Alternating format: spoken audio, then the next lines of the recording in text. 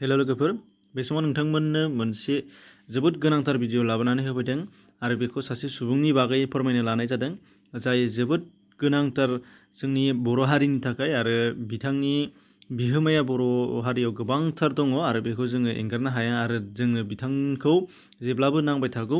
दा बिथाङानो जाहैबाय महेन्द्र खाख्लारि। 50 बोसोर बैसोनि जागोन बिथाङा। नोंथांमोनहा बयबो सावगारियाव नुगासिनो दङ।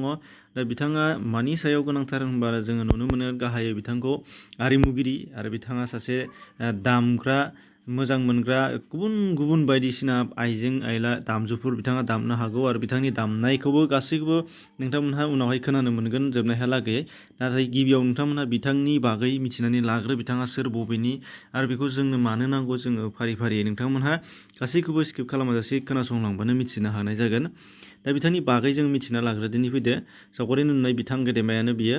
बिथाङा महेन्द्र खाख्लारि। गामिया जाहैबाय नबपारा सावलेबुरि, लासो बागदबा, धुपधारा जिल्लाया गवालपारा जिल्लानि आथिखालनि गवालपारा। दा बिथाङा महेन्द्र खाख्लारिया 8 बोसोर बैसोआवनो खाम दामनो रोंजेनदोंमोन होनदों। बेनिफ्रायनो बिथाङा गावनि न'खर आरो गामिनि ख्रिस्टि हानजानिफ्राय सोलोंनो थुलुंगा मोन्दों आरो मदद मोनबोदों। आरो बे उन्दै बैसो समावनो बिथाङा गावनि गामिनि हारिमु हानजाजों लोगोसे गुवाहाटीनि रेडिअ'आव खाम दामजेननो खाबु मोन्दोंमोन होनदों, जेराव बै समाव बिथांखौ उन्दै बैसो होननानै रेडिअ' बिफाना दामनो होआखैमोनब्लाबो नाथाय बर' बिफाननि माखासे मावसुमाफोरनि अननायाव बिथाङा दामनो खाबु मोन्दों आरो बै समनिफ्रायनो बिथाङा दामनाय आरिमुआव दामनाय बिथिङाव गोबां गावखौ जौगाखांहोनो लाबोनो खाबु मोनबोदों। दा आथिखालाव बिथाङा गावनो मोनसे ख्रिस्टि हानजा दैदेनगासिनो दङ, जाय बे हानजानि मुङानो जादों होनदों सावलेबुरि नबपारा सिख्रि सिखोला ख्रिस्टि हानजा। दा बिथाङा बे हानजाखौ गाव हारसिङै दैदेनगासिनो दं होनदों आरो बेनि अनगायैबो बिथाङा दा मिलुजुलि बेन्ड पार्टिजों हाबा मावगासिनो दङ होनदों आरो बेनि अनगायैबो आरोबाव जिल्ला खोन्दो आरो गासै आसाम नाङैनो दाब दाब जायगायाव गावनि रोंगौथिखौ बिथाङा दिन्थिबोगासिनो दङ आरो हारिमु सिबिबोगासिनो दङ होनदों।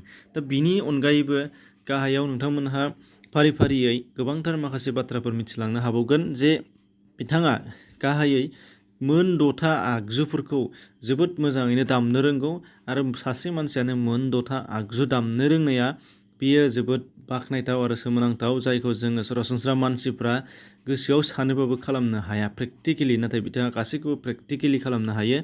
बिथांनि दामनो हानाय आगजुफोरखौनो जादों सेरजा, भायलिन, मेन्डलिन, खाम, सिफुं आरो किबर्ड। अब्ला साननानै नायदो जोङो बेसेबां गोरों सासे जोंनि थाखाय बेसेबां सुबुं सम्पद हारिमु बिथिङाव।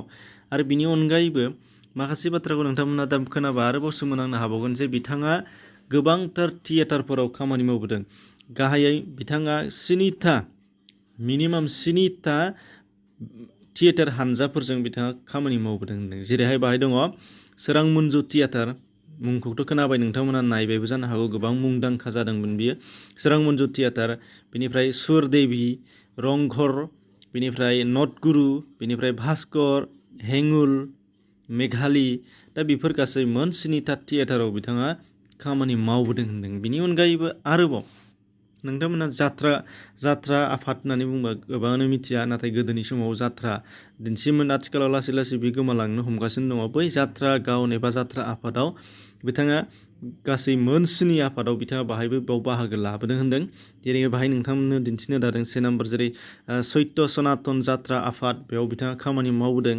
बेनिफ्राय चतुर्भुज नाट्य दल, बेयावबो बिनिफ्राय फाजिजात नाट्य परिषद, बेयावबो आरो श्री कृष्ण धुलिया दल, मा मनसा धुलिया दल, श्री विष्णु धुलिया दल, तिलामणि धुलिया दल, बेफोर गुबुन गुबुन जात्रा आफादाव बिथाङा बाहागो लानानै खामानि मावबोदों होनदों, जायो जोंनि थाखाय जोबोद गोग्गाथाव आरो बाख्नायथाव आरो लोगोसे जोङो सोमोनांथाव।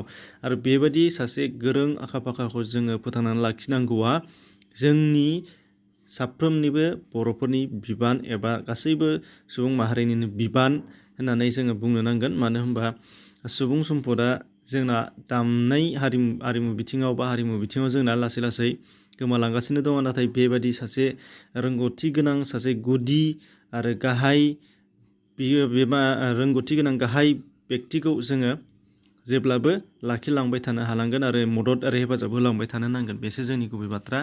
दा बिनि उनावहाय नोंथांमोनहा खोनासंनानै लादो बिथांनि सेरजा दामनाय देंखोखौ माबादि दामनो हायो नोंथांमोनहा खोनासंनानै लाबानो जाबाय।